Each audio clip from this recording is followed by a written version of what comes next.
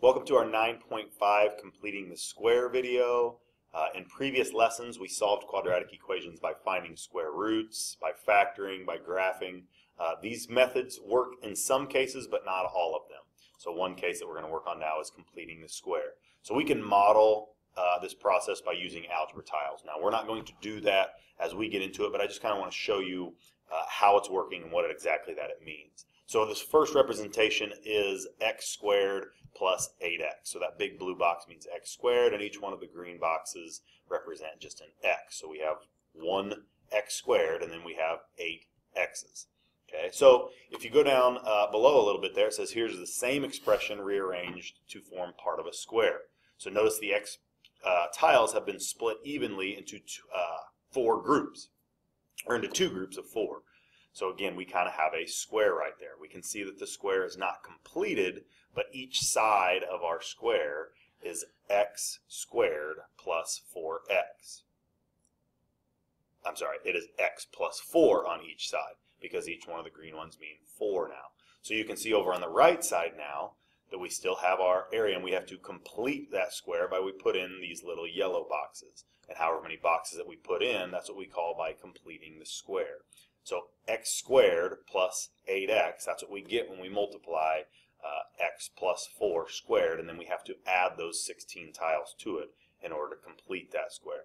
So again, at the bottom there it says, in general, you can change the expression x squared plus bx into a perfect square trinomial by adding b divided by 2 squared, and that's what we're going to be working on here on the next few slides, to x squared plus bx. We call that process completing the square.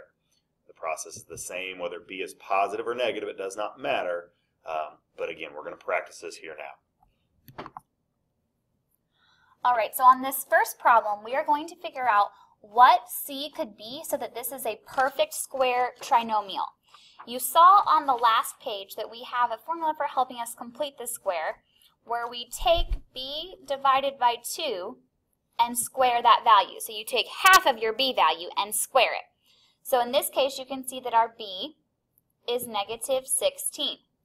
So what I can do is take negative 16, and I'll be dividing it in half and then squaring that.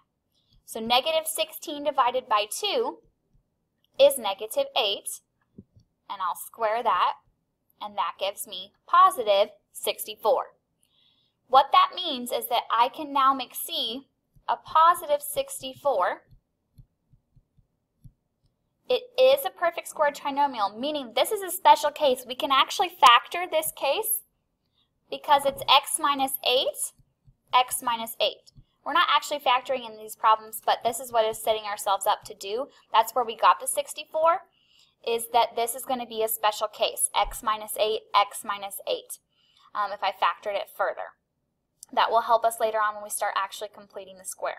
But first you have to understand how to find that c value. So continuing on this one, I'm going to continue the same process, take my b value, which is 20, and I'll divide it by 2 and square it. So 20 divided by 2 is 10, and 10 squared is 100. So what I'm saying is I can have x squared plus 20x plus 100. Once again, if I factored that, that would work out now to be x plus 10, x plus 10. Okay, so you take half of your b value and square it, and that's what's going to give you c in each of your gottets. So go ahead and pause the video now. All right, and checking yourself on the gottets, every time you are taking b, dividing it in half and squaring it, you should have got 100, 81, and 4. We're going to use what we just did here to help us actually complete the square. Okay, so now that we know how to find our c, that's going to help us solve these equations. So we have to get it set up first, or we don't have that c value. We need it into the form of x squared plus bx plus c equals 0. And the fact that it equals 0, that lets us know that we need to solve that.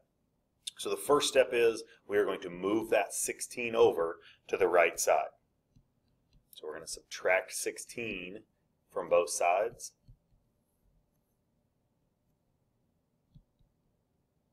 And that leaves us with x squared minus 14x equals negative 16.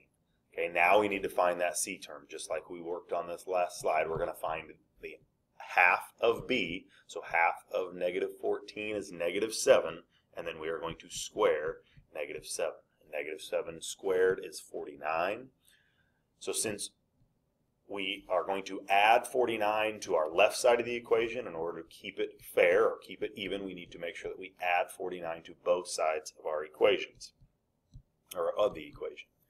So we're going to have x squared minus 14x plus 49 on the left side, and then we need to add 49 to negative 16, which will give us 33.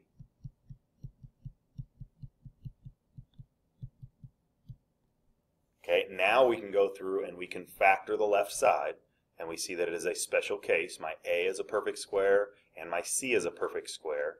Since my b term is negative, I'm going to say x minus 7 squared, and that is going to equal 33.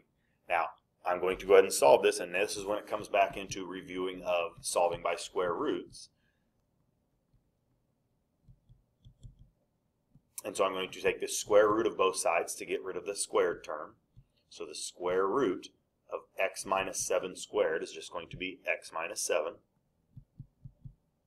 And then I'm going to take the square root of 33. And when I take the square root of 33, that gives me 5.7. But remember, it has to be plus or minus 5.7, because anytime you square something, it could be both positive, they could both be negative. Now, that's not my solution. I have to keep working now. Now what I need to do is I need to set x minus 7 equal to a positive 5.7, and then I need to set x minus 7 equal to a negative 5.7. And then we're just going to solve for x on both of them. Add 7 to both sides, and I'm left with x equals 12.7. And on the other one, I'm going to add 7 to both sides, and I'm left with x equals 1.3. Okay, so my two solutions now are 12.7 and 1.3. Now remember last lesson, we always said it was plus or minus was our solution. It's not always going to be the same number. So remember, it's not always going to be that same number. Okay, let's practice another one of these. Pause the video if you need to get this work copied down. Okay, now we have x squared plus 4x minus 16 equals 0. Again, it equals 0, so it lets us know we need to solve it. We're going to move the 16 to the right side by adding 16 to both sides. Adding 16.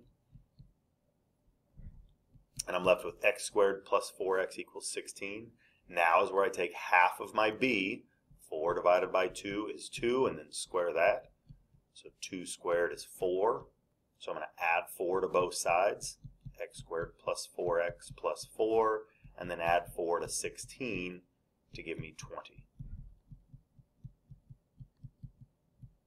Okay, now I can factor the left side, and again, a is a perfect square, c is a perfect square, so I'm going to be left with x plus 2 squared equals 20.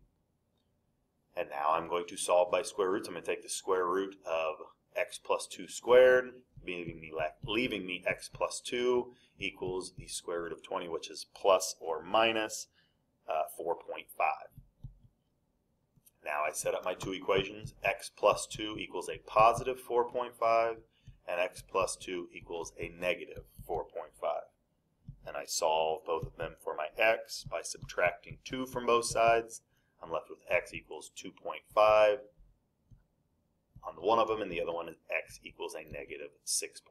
So now my two solutions are 2.5 and negative 6.5. Again, pause the video if you need to get this work copied down.